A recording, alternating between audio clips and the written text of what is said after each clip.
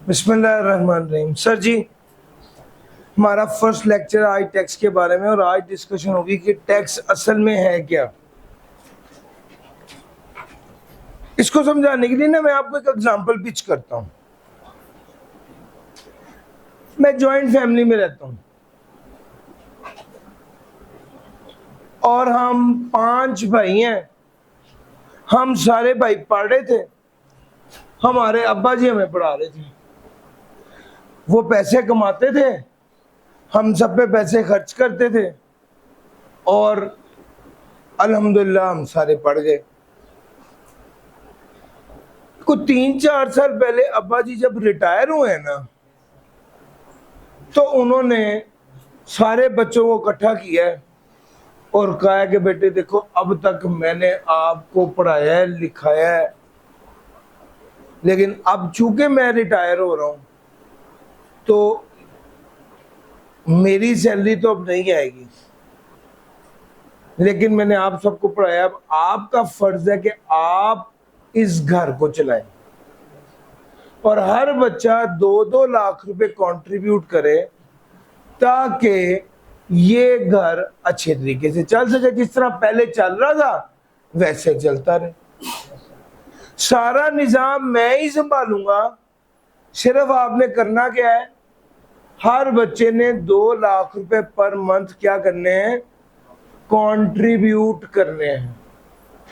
2 लाख रुपए per month क्या करने हैं, कंट्रीब्यूट करने हैं। हम इस घर को चलाने के लिए, हम भाई जो हैं उस घर को चलाने के लिए 2 लाख पर मंथ कंट्रीब्यूट करते हैं।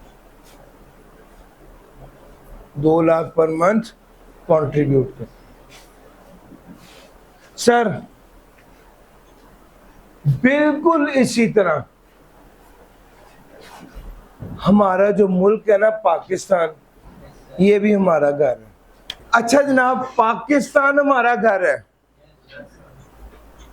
अब जब तक तो, और ये जो गवर्नमेंट है ना, ये हमारे पेरेंट्स की तरह है। ये पैसा खर्च करते हैं हमारे लिए, और अगर इनके पास पैसा खत्म हो जाएगा तो इस घर को चलाने के लिए पैसा फिर हमें ही कंट्रीब्यूट करना पड़ेगा। यार मेरा पॉइंट समझ आ रहा है? तो टेक्निकली पाकिस्तान को चलाने के लिए अगर गवर्नमेंट के पास पैसा नहीं है तो हम जो पाकिस्तान के रहने वाले हैं उनको कंट्रीब्यूट करना पड़ेगा गवर्नमेंट को कि वो मुल्क को बेहतर तरीके से चलाएं। और वो कंट्रीब्यूशन जो अवाम करती है हुकूमत के साथ ताकि मुल्क को बेहतर तरीके से चलाया जा सके, इसको टैक्स कहते हैं। मेरा पॉइंट समझ आया? तो टैक्स हुकूमत आपसे ले रही है, यस, लेकिन इसके पीछे मकसद क्या है? हुकूमत कहती है हमने मुल्क चलाना है। मुल्क चलाने के लिए क्या चाहिए? पैसा चाहिए। वो पैसा कहां से आएगा? अगर तो हुकूमत के पास है तो वहां से आ जाएगा, और अगर हुकूमत के पास नहीं है तो वो पैसा किससे इकट्ठा किया जाएगा? अवाम से। तो मुल्क को चलाने के लिए जो पैसा अवाम कंट्रीब्यूट करती है हुकूमत को, उसको टैक्स कहते हैं। सर समझ गए? अब आप एक सवाल पूछ सकते हैं कि सर यूएई भी तो है, सऊदीया भी तो है, उनका मुल्क नहीं चल रहा, वो तो नहीं टैक्स दे रहे, वो है सवाल?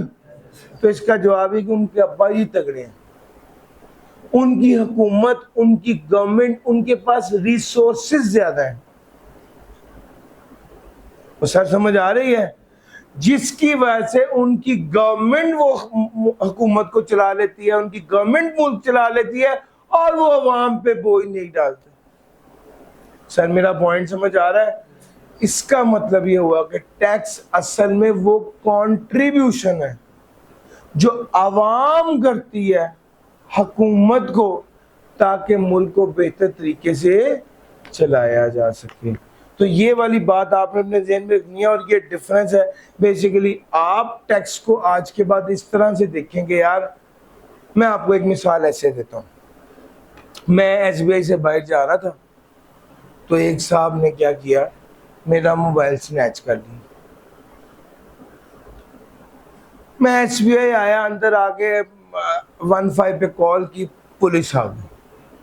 पुलिस ने सारी तफ्तीश की, मालूमात की, एफआईआर लिखी और वो लोग चले गए।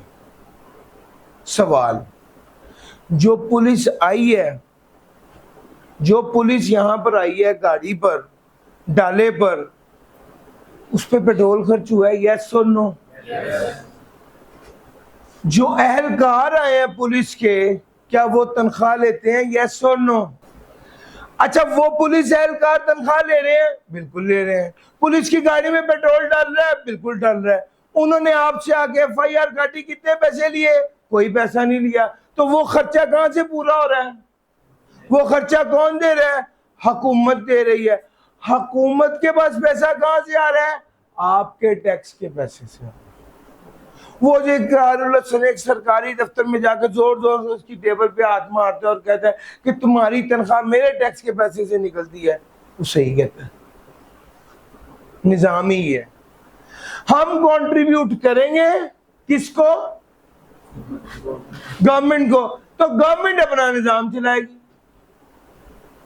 सर जी, आप सरकारी अस्पताल चले जाते हैं, सरकारी अस्पताल में आपको वो बंदा चेक करता है जो शाम के वक्त क्लिनिक पे 5,000 रुपए लेता है चेक करने की, आपको वो बंदा चेक करता है 10 रुपए की पर्ची पे।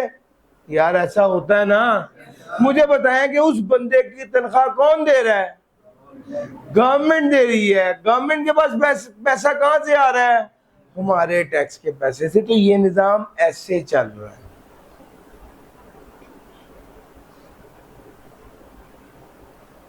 अब एक अगला सवाल और पैदा होता है, सर जी गवर्नमेंट के खर्चे 100 रुपए के, टैक्स जमा हो रहा है 50 रुपए, तो गवर्नमेंट तो फिर अभी भी परेशान है। तो अगर गवर्नमेंट के खर्चे टैक्स के पैसे मिलाकर भी पूरे नहीं हो रहे तो फिर गवर्नमेंट क्या करेगी? आईएमएफ। समझ आया ये आईएमएफ क्यों आता है दरमियान में? सर जी खुदा न खास्ता अगर किसी बंदे की जॉब चली जाती है और उसके घर के बेसिक खर्चे लाख रुपए के हैं और उसकी जॉब चले गई, तो अब क्या करेगा वो? घर बच्चों को खाना तो खिलाएगा ना, तो वो कैसे खिलाएगा? कर्जा लेके खिलाएगा। सर यही पाकिस्तान की पोजीशन है कि पाकिस्तान के खर्चे ज्यादा हैं, इनकम कम है। जब वो पूरी नहीं होते तो वो क्या करते हैं? वो आईएमएफ से कर्जा लेते हैं। वो सर समझ आ रही है? तो ये असल स्टोरी है पूरी टैक्स के निज़ाम की। और टैक्स की सारी डिस्कशन का निचोड़ ये है कि गवर्नमेंट को मुल्क चलाने के लिए खर्चे करने पड़ते हैं। वो खर्चे करने के लिए रिसोर्सेज दरकार होते हैं। अवाम जो पैसे कंट्रीब्यूट करती है ताकि मुल्क को बेहतर तरीके से चलाया जा सके, इसे टैक्स कहते हैं। सर गेम समझे, यस और नो? ये किताब में इसकी एक सिंपल सी डेफिनेशन है, जरा देखते हैं। It is the process by which the government through it's law making body, ये वो तरीकेकार है, ये वो प्रोसेस है जिसके जरिए गवर्नमेंट रेवेन्यू रेज करती है। सर जी ये टैक्स आपके लिए खर्चा है, गवर्नमेंट के लिए क्या है? रेवेन्यू। सर समझ आ रहा है? गवर्नमेंट रेवेन्यू रेज करती है ताकि अखराजात किए जा सके जो गवर्नमेंट ने करने हैं, तो इस प्रोसेस को टैक्स कहा जाता है। सर लॉ मेकिंग बॉडी, अच्छा इसको लागू किया जाता है थ्रू अ बॉडी। इस बॉडी का क्या नाम है? Law making body. इसको कहते हैं पाकिस्तान में जो टैक्स का बड़ा इदारा है जो टैक्सेस को डील करता है, उसका क्या नाम है? एफबीआर। एफबीआर से क्या बनता है? Federal board of revenue. FBR से क्या बनता है? Federal board of revenue. It is the process by which the government, through its law-making body, raises revenue in order to use it for the expenses of.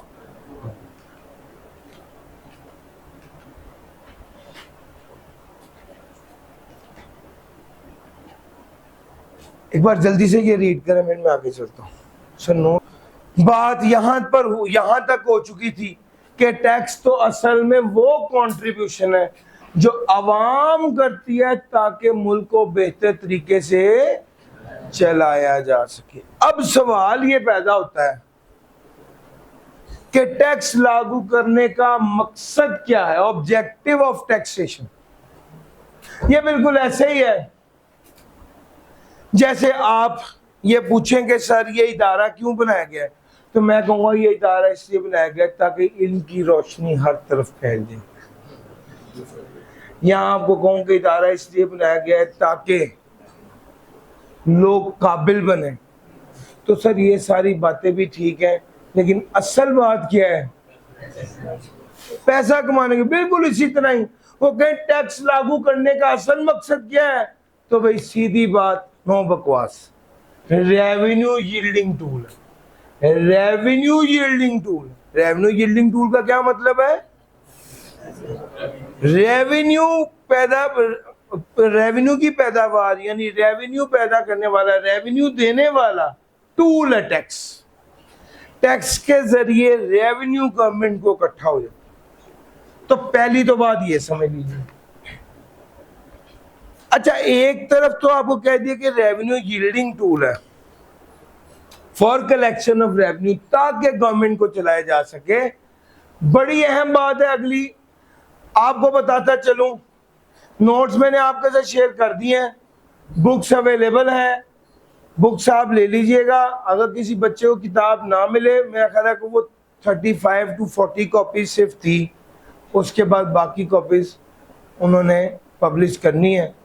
तो मेरा मशवरा ये है, वैसे आप लोगों को बच्चे ज़्यादा हैं, मुझे नहीं पता अब कितनी रह गई होंगी, लेकिन ये है कि वो सब ख़त्म हो चुकी हैं।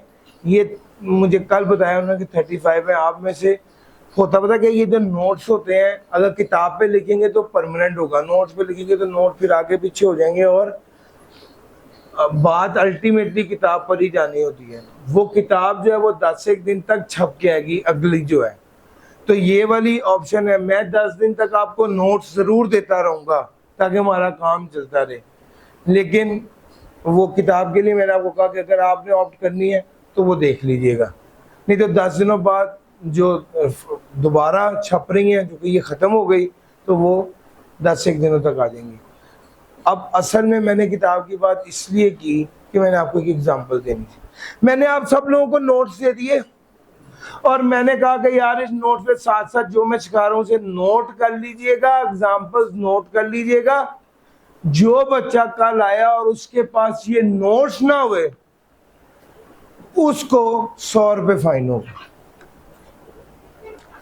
अब जैसे ही मैंने ये बात कही कि 100 रुपये फाइन होगा, तो पीछे एक भाई बैठे हुए थे, उन्होंने दूसरे को कहा, देखा पैसे कमाने के तरीके। अब मेरा आपसे सवाल ये है, आप बताइए कि ये जो मैंने फाइन रखा है 100 रुपये, इसका मकसद पैसे कमाना है? सर, इसका मकसद पैसे कमाना नहीं है, बल्कि अपनी बात मनवाना है।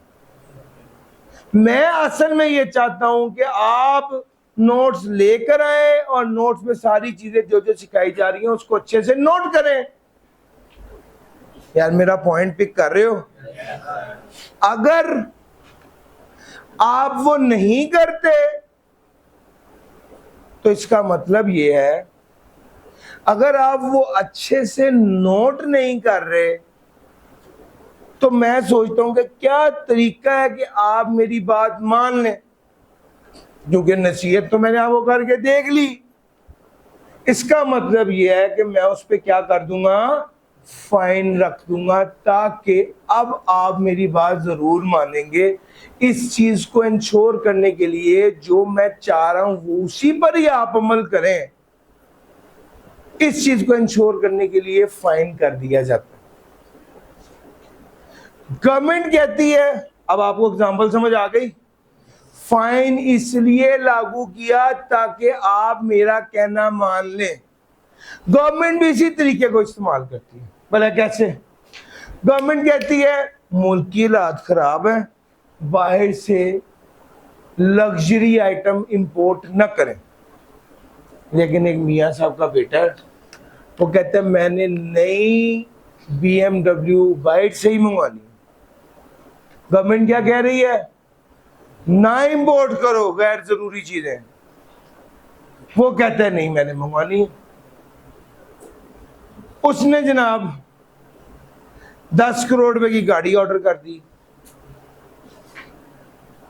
गवर्नमेंट कह रही है ना मंगवाए। अब गवर्नमेंट उनको रोकने के लिए पता क्या करती? गवर्नमेंट कहती है अच्छा ठीक है आपने मंगवाना है मंगवा लो, अगर आप 10 करोड़ रुपए की गाड़ी मंगवाओगे तो इस पर 20 करोड़ रुपए का टैक्स लगा देंगे।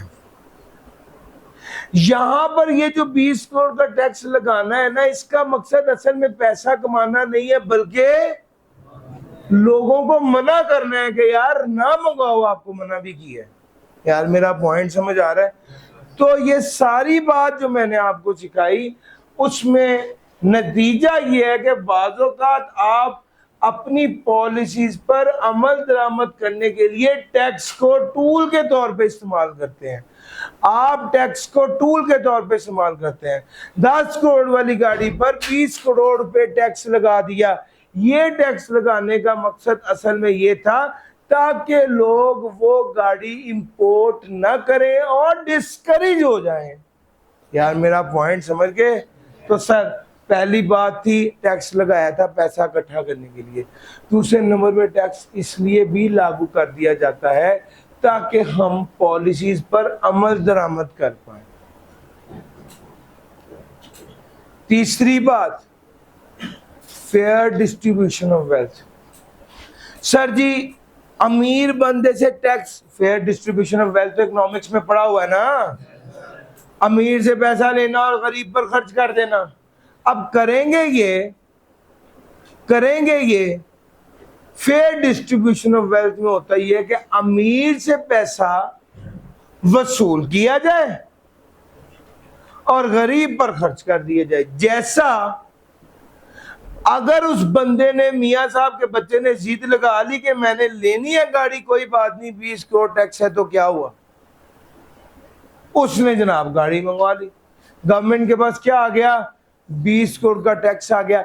ये 20 करोड़ रुपए का उन्होंने क्या किया? ऑरेंज ट्रेन में लगा दिया।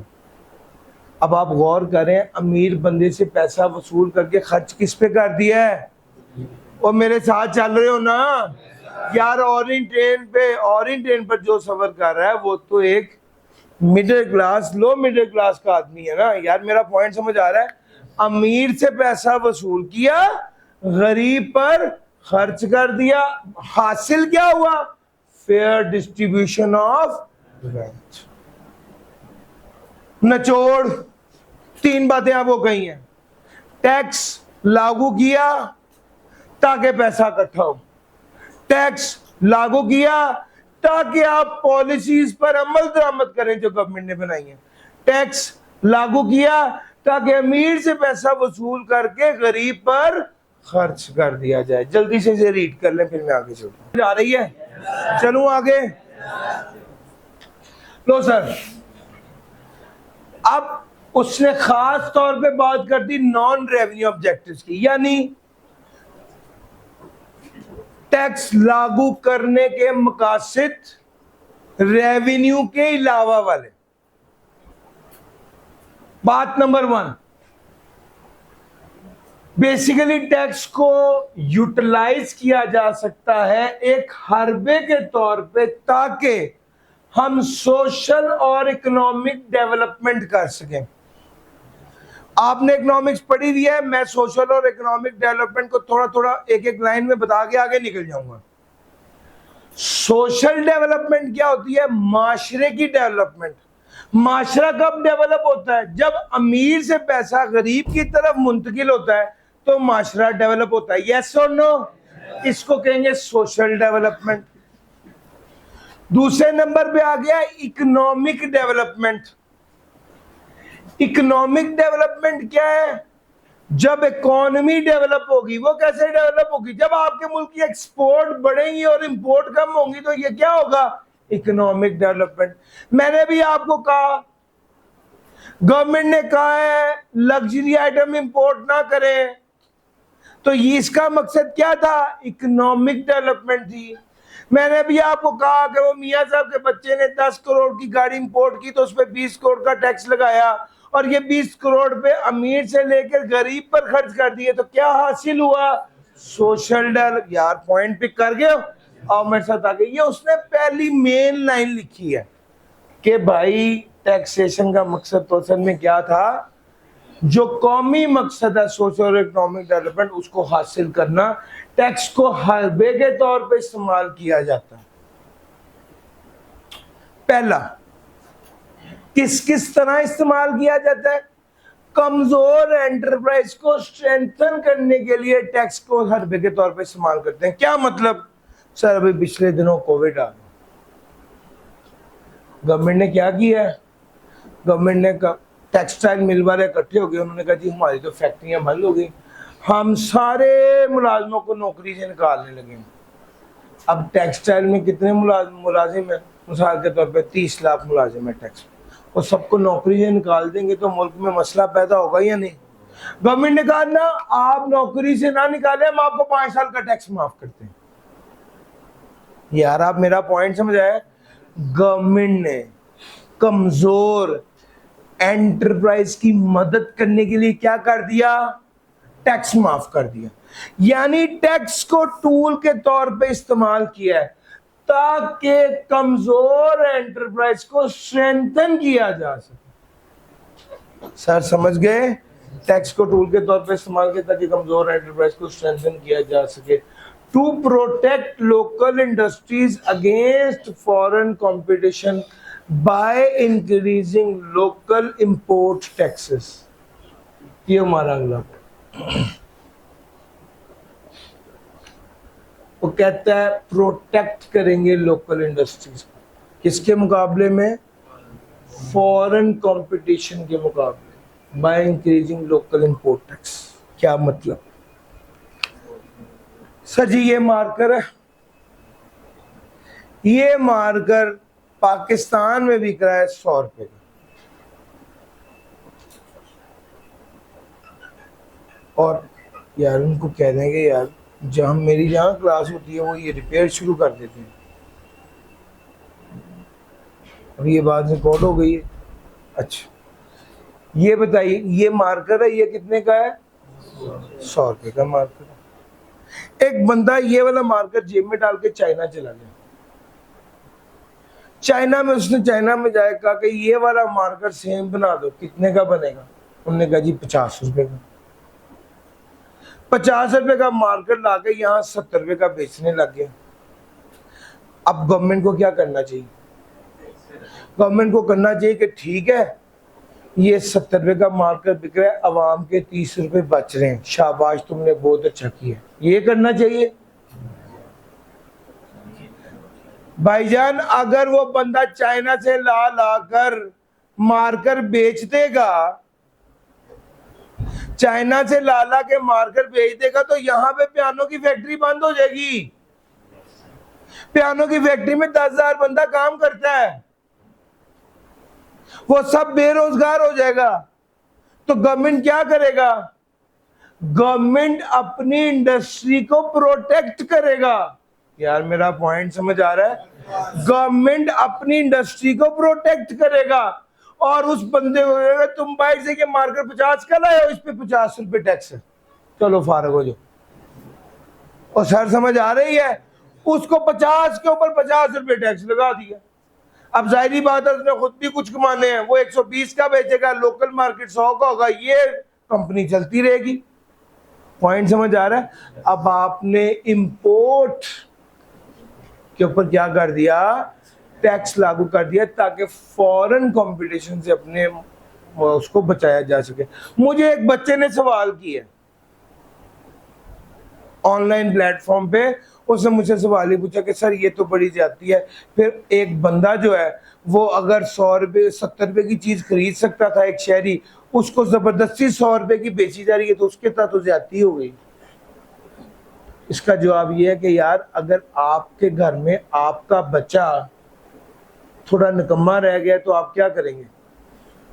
उसको कहेंगे यार तुम घर से जाओ, जो लाइक है सिर्फ मैंने उसे ही रखना है। या उसको कवर करेंगे? सर अपने बच्चे को कवर करेंगे, अपने बच्चे को प्रोटेक्ट करेंगे। और सर समझ आ रही है? सर ये हमारे इदारे, हमारे मुल्क के अंदर जो हमारा इदारा है, हमने इसको प्रोटेक्ट करना है। पॉइंट समझ आ रहा है? सर ये चीज है। सर जी ये हमने बात किया टू प्रोटेक्ट लोकल इंडस्ट्रीज, अपनी लोकल इंडस्ट्री को फॉरेन कंपटीशन से प्रोटेक्ट करेंगे। कैसे? फॉरेन आइटम्स पर इंपोर्ट टैक्सेस लगा देंगे as a bargaining tool in trade negotiation with other countries. तो जी यूएसए ने ना शर्ट्स खरीदनी थी, यूएसए की आर्मी ने, उन्होंने इंडिया, पाकिस्तान और बांग्लादेश, इन तीनों मुल्कों को टी शर्ट का ऑर्डर दिया कि 10 लाख पीस टी शर्ट के चाहिए। ठीक हो गया? इंडिया वालों ने कहा हम आपको 190 रुपए पर यह शर्ट प्रोवाइड करेंगे। पाकिस्तान ने कहा हम आपको 180 पर यह शर्ट प्रोवाइड कर देंगे। बांग्लादेश ने कहा हम आपको 170 पर यह शर्ट प्रोवाइड कर देंगे। ऑर्डर कौन जीत जाएगा? एज्यूमिंग की क्वालिटी सेम है, ऑर्डर बांग्लादेश जीत जाएगा। यहां पर पाकिस्तान को टेक्सटाइल वालों ने कहा कि अगर आप हमें 15 रुपए का टैक्स माफ कर दें तो हम यही 165 की बेच सकते हैं। गवर्नमेंट ने इतना टैक्स माफ कर दिया और इन्होंने 165 रुपए बिड किए और ये बिड विन कर गए। अब आपने गौर किया कि जब ट्रेड नेगोशिएशन चल रही थी दूसरे कंट्रीज के साथ, तो हमने टैक्स को टूल के तौर पे इस्तेमाल किया। यार मेरा पॉइंट समझ आ रहा है? टैक्स को टूल के तौर पे इस्तेमाल किया है ताकि हम दूसरे ममालिक के साथ कंपटीशन में जीत सकें। To counter the effect of inflation, ये तो भी आज की ताज़ा तरीन बात है जो अब करने लगा हूं आपके साथ। ये समझ गए ना ट्रेड नेगोशिएशन? आओ सर। लो सर, हुआ ये है, आपके मुल्क में फ्यूल चल रहा था 160 रुपए और उस पर टैक्स था 100 रुपए का। मार्केट में फ्यूल मिल रहा था 260 रुपए। जंग शुरू हो गई। जंग की वजह से इंटरनेशनल मार्केट में फ्यूल की प्राइसेस बढ़ के कितनी हो गई? 230। गवर्नमेंट को क्या चाहिए था? गवर्नमेंट ने कहा अच्छा प्राइसेस बढ़ गई हैं, 230 हो गई हैं, 100 का टैक्स लगाया, कितना हो गया? 330। अवाम मर रही है, रो रही है कि हमारे साथ क्या कर रहे हो। एकदम 80 रुपए का 70 रुपए का रेट बढ़ाओगे तो हम पे फर्क पड़ेगा ना, हर चीज महंगी हो जाएगी। अब यहां पे जो टैक्स एडवाइजर हैं वो ये कह रहे हैं कि सर जी आपको ऐसा नहीं करना चाहिए। आपको पता है क्या करना चाहिए था? आपको चाहिए था कि आप 230 रुपए अगर इंटरनेशनल मार्केट में कीमत हुई है तो जितने से कीमत बढ़ी है उतने से टैक्स कम कर देते। तो अगर आप टैक्स कर देते 100 की बजाय 30 रुपए तो मार्केट में कीमत 260 ही रहती और इन्फ्लेशन का इफेक्ट अवाम तक ना पहुंचता, इन्फ्लेशन का इफेक्ट काउंटर हो जाता। यार मेरा पॉइंट समझ आ रहा है? ये टैक्स को टूल के तौर पे इस्तेमाल करें ताकि इन्फ्लेशन का इफेक्ट क्या हो जाए? काउंटर हो जाए। वो कह रहे हैं यार ये तो आज की ताजा सूरत हाल है ना। वो कह रहे हैं कि भाई हमने टैक्स आगे नहीं, हम टैक्स कम नहीं कर सकते। टैक्स एडवाइजर कह रहे हैं कि भाई टैक्स कम करो ताकि अवाम मुल्क में जो है वो सुकून रहे। तो मुश्किल तो नहीं लग रहा sir? Non revenue objectives to counter the effect of inflation या 1 2 3 4 जल्दी से ये चारों पॉइंट्स पढ़ ले, फिर मैं आगे चलूं। To counter the effect of inflation या डिप्रेशन, ये वाली बात भी हो गई थी। अच्छा, यहाँ पे डिप्रेशन के बारे में कुछ बच्चों ने पूछा है, दो ने, कि सर अगर रेट कम हो जाए तो क्या करेंगे? रेट कम हो जाए तो गवर्नमेंट उसमें टैक्स ऐड करेगी ताकि मिनिमम प्राइस लेवल मेंटेन रहे। याद रखिएगा, गवर्नमेंट का असल हदफ ये होता है कि प्राइस स्टेबल रहे। अगर प्राइस बढ़ रही है तो उसको भी कंट्रोल करें, अगर कम हो रही है तो उसको भी control. To reduce inequalities in the distribution of wealth, अमीर आदमी से ज्यादा टैक्स वसूल करना ताकि गरीब आदमी पे खर्च किया जाए। पढ़ाया भी सर, इनइक्वालिटी को रिड्यूस करना।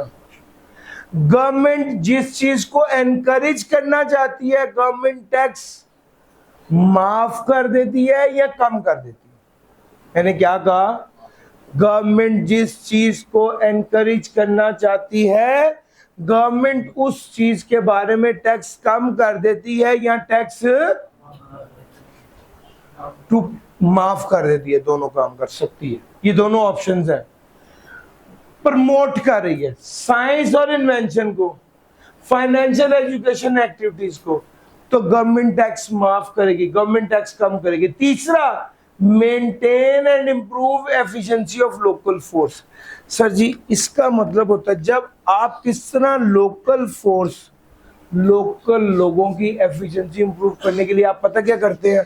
आप ट्रेनिंग कराते हैं। जो कोई इदारा ट्रेनिंग करवा रहा होता है उसके बारे में क्या किया जाता है? उसको गवर्नमेंट रिलीफ देती है, उसको प्रमोट करती है। टैक्स कम करते हैं या टैक्स माफ करते हैं? सर, प्राइस डिस्क्रिमिनेशन पढ़ा हुआ आपने?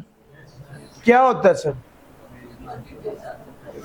Charging different price in different market, यही है ना सर? लो जनाब, एक आइटम है, लाहौर में उसकी कीमत है 100 रुपए और टैक्स लगता है उस पर 20 रुपए का, और लाहौर में बिकती है 120 रुपए की।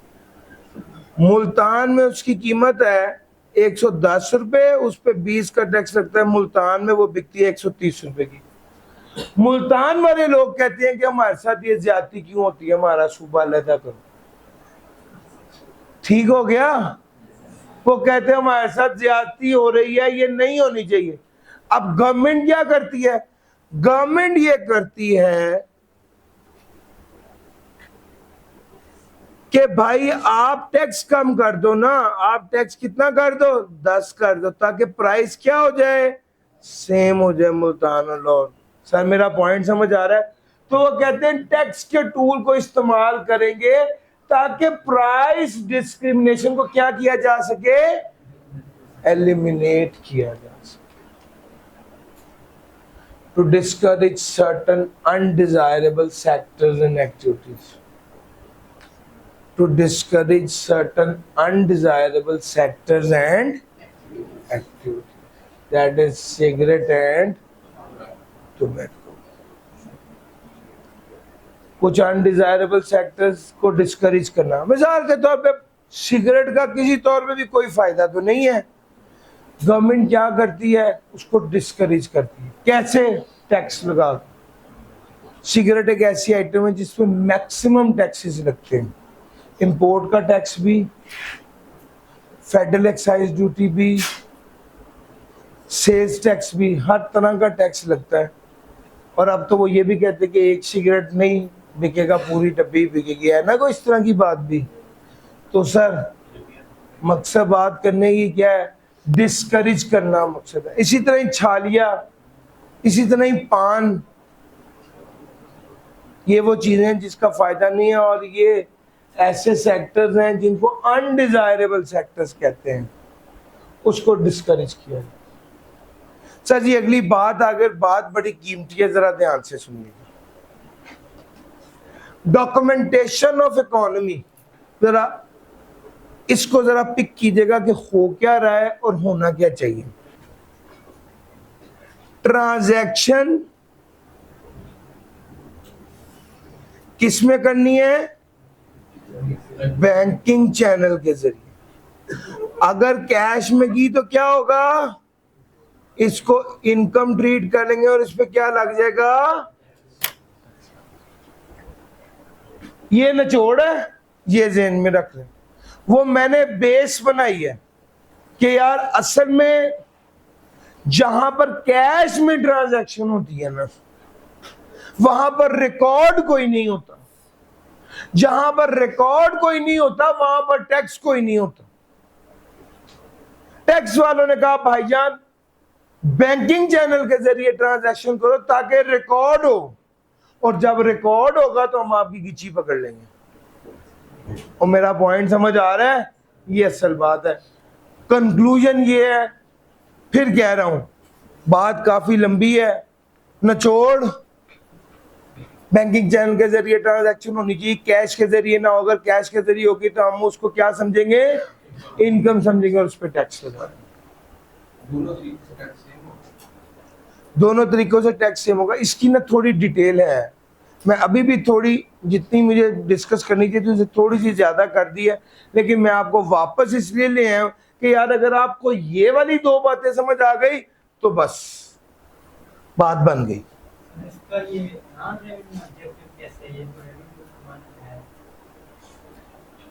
नॉन रेवेन्यू ऑब्जेक्टिव ऐसे है कि आपका यहां पर असल मकसद ये है कि डॉक्यूमेंटेशन हो। पैसा कमाना तो अल्टीमेटली पैसा तो आ ही जाना है।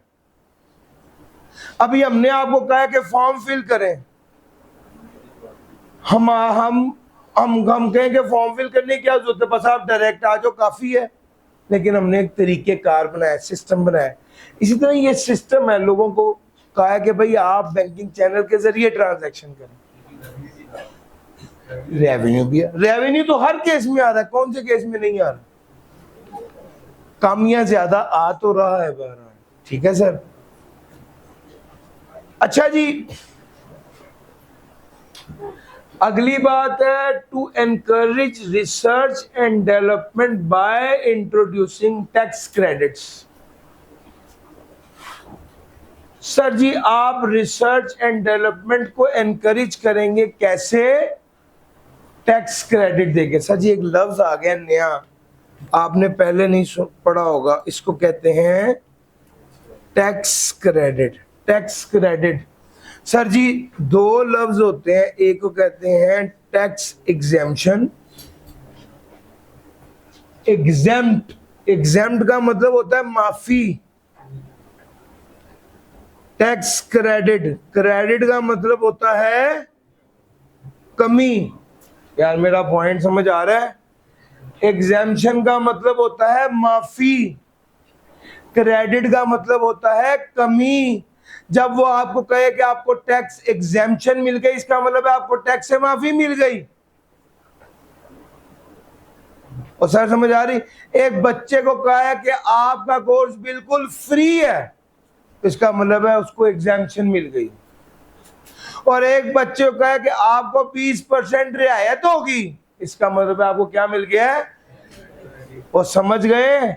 टैक्स क्रेडिट टैक्स में कमी और टैक्स एग्जेम्पशन बिल्कुल माफी। सर जल्दी से ये सारे पढ़े फिर मैं आगे चलता। एक भाई ने सवाल पूछा टैक्स इवेजन और टैक्स अवॉइडेंस। अच्छा ये ना पूरा टॉपिक है आपका चैप्टर नंबर 3 में ये लिखा हुआ है, तो वहां पर हम पढ़ेंगे। लेकिन अब भाई ने चूंकि सवाल पूछ लिया तो मैं मोटा मोटा आपको बता देता हूं। एवेजन कहते हैं चोरी को, टैक्स एवेजन कहते हैं टैक्स चोरी करना। मेरी इनकम है 10 लाख, मैं शो करता हूं मेरी इनकम 5 लाख है, इसको कहते हैं टैक्स एवेजन। टैक्स अवॉइडेंस चोरी नहीं होती, टैक्स अवॉइडेंस होता है किसी तरीके से टैक्स से बच निकलना। कानून की खिलाफ वर्जी भी ना करना और टैक्स भी बचा लेना, इसको कहते हैं टैक्स अवॉइडेंस। ठीक हो गया। तो इंशाल्लाह इस पर चैप्टर 3 में बड़ी डिटेल में बात होगी। अगली बात आपके साथ करने का, tax as a mean of development. ये हमारी आज का आखिरी टॉपिक है, tax as a mean of development. 5 point है इसके। सबसे पहला पॉइंट है, एक एग्जांपल से समझाता हूं। सर जी, आपकी पीएम साहिबा जो है वो पंजाब में मूव कर रही थी, तो उन्होंने कहा कि पंजाब में बहुत ज्यादा घुटन हो गई है, सीएम कहना चाहिए था। पंजाब में बहुत ज्यादा घुटन हो गई है, रश भी बहुत ज्यादा हो गया, पोल्यूशन भी बहुत ज्यादा हो गई, तो कोई ऐसा तरीका हो कि ये पोल्यूशन यहाँ पे खत्म की जा सके। अच्छा, अब एक साथ साहब थे, उन्होंने मशवरा दिया कि अगर सारी फैक्ट्रियां लाहौर के अंदर से निकलकर साइड पर चले जाए ना, तो ये वाला काम हो सकता है। इन्होंने कहा डन।